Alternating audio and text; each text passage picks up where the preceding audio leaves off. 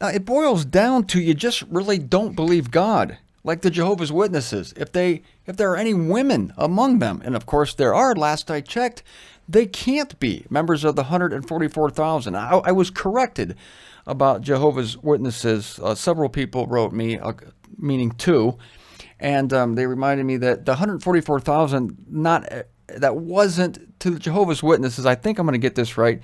It's not that those are the only number of people saved, but that those are the people going to heaven. They're special. And the rest of them stay on earth.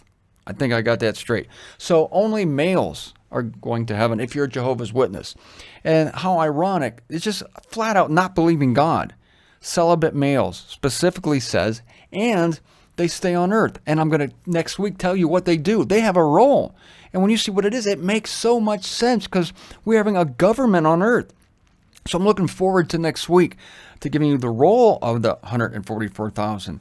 And then after that, we're opening the seventh seal, ladies and gentlemen, and we're going to start talking about trumpets. And beware of that. That's coming. Now, I promised you some passages from Ezekiel, and I'm going to deliver. Let's start in Ezekiel chapter 36. God says to Ezekiel, and thou, son of man, prophet. I'm going to get rid of the thous. This is from Young's literal translation. Prophesy unto the mountains of Israel, and you have said, O mountains of Israel, hear a word of Jehovah.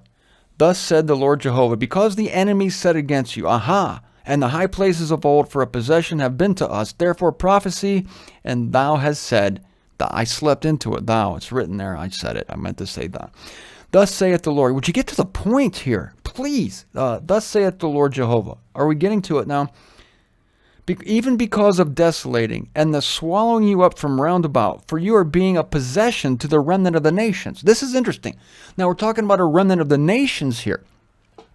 Not a remnant of Israel, but Israel has been swallowed up. There it is. The swallowing up from round about, for you being a possession to the remnant of the nations. The nations, as Paul says in Romans 11, have now taken the place that Israel is supposed to take. That is, the nations are running the earth. And that's a pure embarrassment to an Israelite. No wonder they're so grouchy. And they think they're so all that. They're basically pissed off at us, at the Goyim, the nations, because we are usurping their proper place. But they screwed up. They crucified their own Messiah, so what do they expect? This is why Paul says that the branches of the tree shouldn't flaunt over the root of the tree. The root of the tree is Israel. And God began speaking to Israel. And because of Israel's disobedience, God has gone to the nations with a completely new message. Israel will see that. They will get jealous. And they will come into their own call. Not mixing the evangels here, not at all. We're still talking about two different messages. But while the nations, the era of the nations, while we're in the lead politically on the earth, and Israel is the tail, it can be said, and it is said, that they're swallowed up from round about. And you are taken up to the tip of the tongue and are an evil report to the people. Wow. People just, and it's true. It's called anti-Semitism. They hate Israel. The world hates Israel. Much persecution. And in the end of this era, the nations will be gathered against Israel. Not all of them. Well, all of them will be, but not every member of every nation. That's a technicality. We'll get to that when the time comes, and we'll be borrowing from Matthew 25, the judgment of the nations. Verse 4, Ezekiel 36. Therefore, O mountains of Israel, hear a word of the Lord Jehovah. That's a figure of speech because the mountains can't hear anything. Thus says the Lord Jehovah, to mountains and to hills, to streams and to valleys, and to wastes that are desolate, and to cities that are forsaken, that have been for a prey and for a scorn, to the remnant of the nations who are round about. Therefore, thus saith the Lord Jehovah, have I not, in the fire of my jealousy, spoken against the remnant of the nations, and against Edom? Now, my interpretation here, he's going to be gradually talking about the end times. But many things have happened that will precursor the end times in Israel's past. Them being possessed by other nations, that happened to both the house of Israel and Assyria, and to the house of Judah in Babylon. Likewise, today, Israel is possessed by nations. Not literal captivity, but they're persecuted. They're hounded. They still own everything, but that's only a select few. That's only the cream of the crop, if you will. The rest of Israel are forsaken. The remnant will always be downtrodden. You had the rich in Israel. You had the Herods, the priesthood, high priest, Caiaphas, these clowns.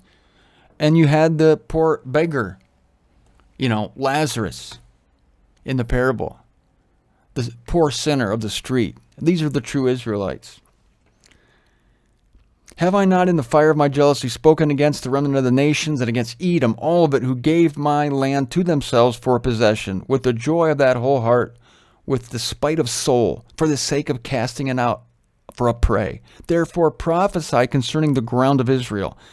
And you have said to the mountains and to the hills, to streams, to valleys, thus say the Lord, Lo, I, in my jealousy, in my fury, I have spoken because of the shame of the nations you have borne. Israel has suffered where she has gone to the nations. Therefore, say the Lord, all this stuff gets repetitive. I lifted up my hand. Do not the nations who are with you round about, they their own shame bear? And ye, O mountains of Israel, you branch, you give out your fruits, you bear, and my people, they have drawn near to come. This is why I hate reading the Old Testament. Sorry, I just admitted it. The language is archaic. It bothers me. It's very difficult to read. It's hard. I don't like it. I'll be honest with you.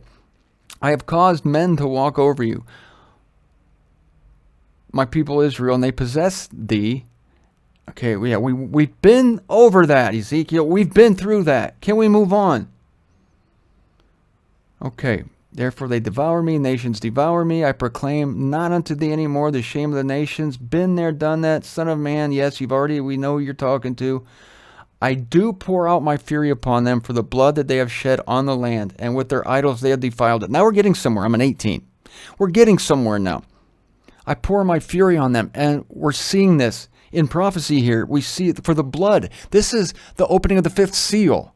I believe the martyrs crying out for vengeance. I scatter them among nations. Here we go. 19. I scatter them among nations, and they are spread through lands according to their way and according to their doings. I have judged them. So they're disobedient. They forsook their first love. He divorced Israel, and they're scattered among the nations. That's where they are now. But I have pity on my holy name. God does never forgets. He has pity on his holy name, that the house of Israel have polluted among the nations where they've gone. Paul said this in Romans chapter 2. Because of you, I think 2:24, because of you, the name of God has been blasphemed among the nations. Exactly what he's saying here. The house of Israel has polluted the nations whither they have gone. Therefore say to the house of Israel, not for your sake am I working, O house of Israel, but for my holy name. He still loves them, but he promised, that's his first consideration, is his reputation, and it should be. It's for my name that you've polluted where you've gone, and I've sanctified my great name that is profaned among nations, that you've polluted in your midst. And known have the nations that I am Jehovah. They don't know that now, but they will. An affirmation of the Lord Jehovah in my being sanctified in you before your eyes. This before your eyes stuff hasn't happened. This is a prophecy, and this is going to happen in the unveiling. And I have taken you out of the nations, and have gathered you out of all the lands, and have brought you into your land. He's speaking proleptically here. I honestly believe this. He's calling what is not as though it were, because he has not taken them out of the nations. And no, this is not the formation of modern Israel in 1948. This is not that. This is when he does it in the future. We're going to see that. I have taken you out of the nations. This is what I was telling you, that the house of Israel, Amos 9:9, and we saw it here, has been scattered among every nation on earth. And God is going to plan to call them out. I have taken you out of the nations and out of the nations. See, that's why I say don't look to Israel. For them 144,000. And I've gathered you out of all the lands, and I have brought you in unto your land. Verse 24. I'm going to show you why I think this is future. Verse 25. And I have sprinkled over you clean water. That hasn't happened yet. And you have been clean. That hasn't happened yet. From all your uncleanness. That hasn't happened yet. From all your idols. That hasn't happened yet. I do cleanse you.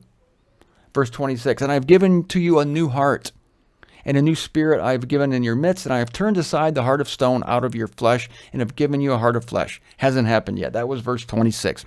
This is a verse commonly referenced for the new covenant. Ezekiel 36:36. But now I'm showing you this verse. You're used to seeing this isolated. I'm showing it to you in context. The context is that because of her disobedience, God scattered Israel. You can go all the way back to the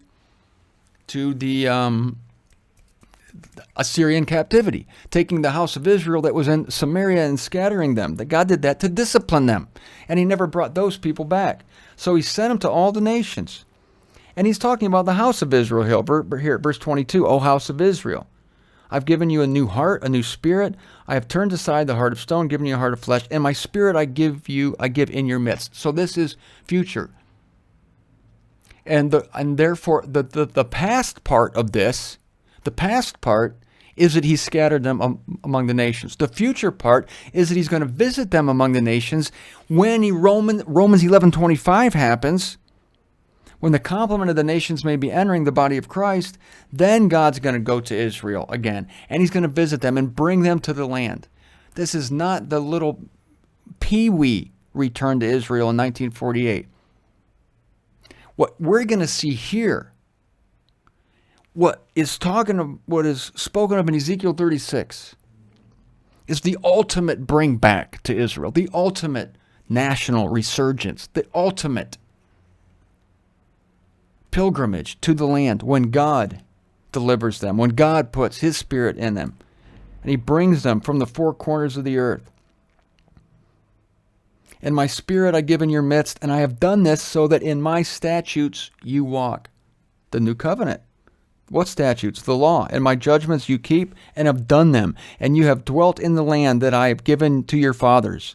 They don't dwell there now. Oh, Martin, there are Israelites in Israel, not the true Israelites, and you have been to me for a people, and I'm for your God. Some of them, yeah, I'm not saying that this is totally black and white, cut and dry. There's going to be some in Israel, I'm sure, but the majority are from among the nations. And I have multiplied the fruit of the tree and the increase of the field, so that you receive not any more a reproach of famine among the nations. And you have remembered your ways that are evil. How does that happen? The tribulation. You have remembered your ways that are evil. The tribulation, I've been calling it from day one here a wake-up call for Israel. It's a wake-up call for the world, but it's also mainly a wake-up call for Israel. You've remembered your ways and your doings that are not good, and have been loathsome in your own faces for your iniquities and for your abominations. Not for your own sake am I working, an affirmation of the Lord, be it known to you, be ashamed and confounded because of your ways, O house of Israel. But he's going to bring them back. And he's going to do that in the most shocking manner you have ever witnessed. And there's another prophecy concerning this, and that's the Valley of Dry Bones. I'm tying this all in with the 144,000.